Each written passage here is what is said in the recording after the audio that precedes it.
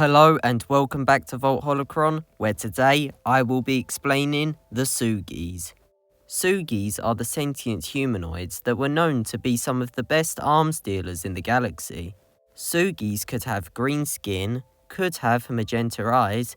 Many Sugis wore a Sugi power suit that gave them 4 large legs and a segmented, barb-tipped abdomen.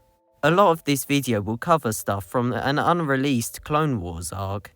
It used to be available for free on the old Star Wars website, but it is no longer available because it was taken down.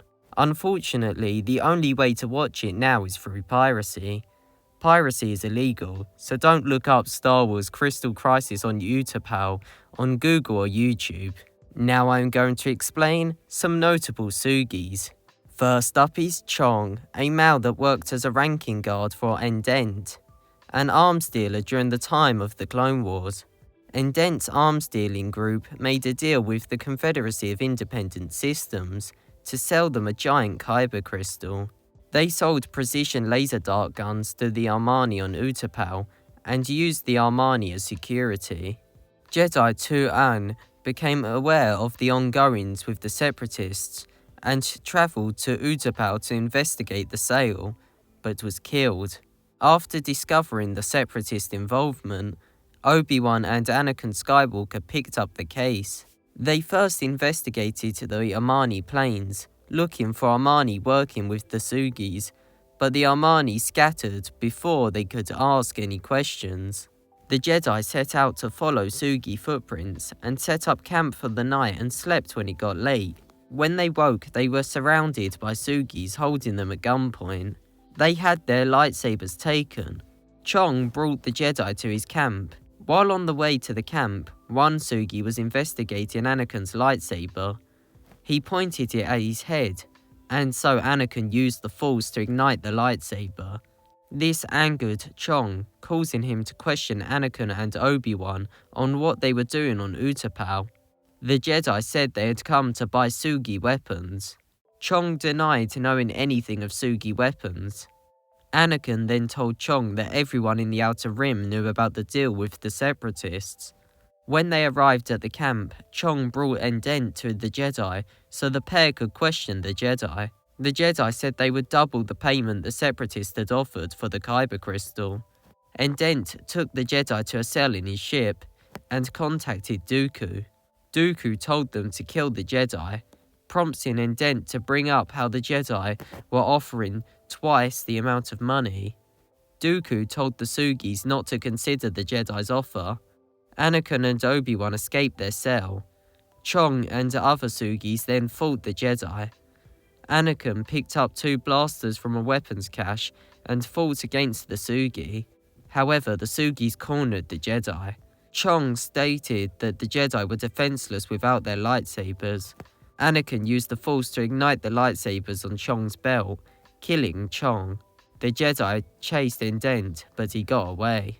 Next is Endent, a male arms dealer. I'm going to start from the end of Chong's story.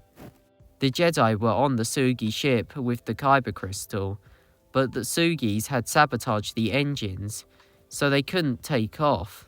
Endent contacted Dooku and told him that the kyber crystal would be delivered to the pool. Dooku told Endent that he would have him killed if he didn't get the kyber crystal.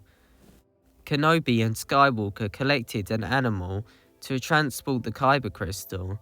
The Sugis attacked the Jedi to get the crystal back, but were unsuccessful. Endent travelled to the city on his speeder. There he met Grievous, who was displeased with his failure. Grievous killed Endent for his failure. Now for Fazar, a male crime lord and smuggler on Meccana during the Imperial era. He had a deal with Darth Vader that Vader would kill Fazar's Black Sun predecessor and convince Black Sun to leave Meccana. Fazar had many wives and children and an army of Sugis and repurposed battle droids.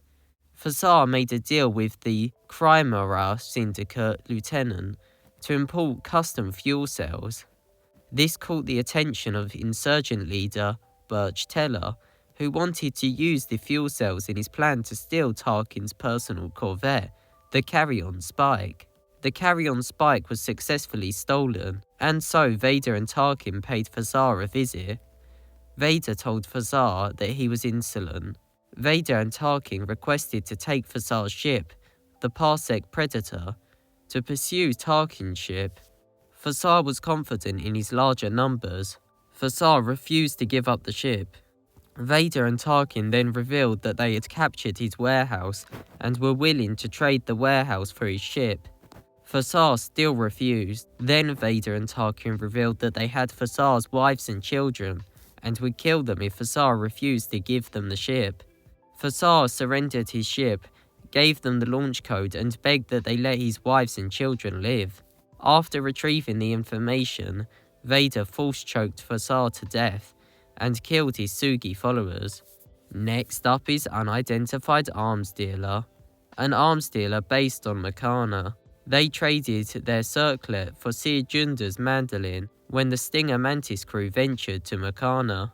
Thank you so much for watching, I hope you enjoyed the video, and bye.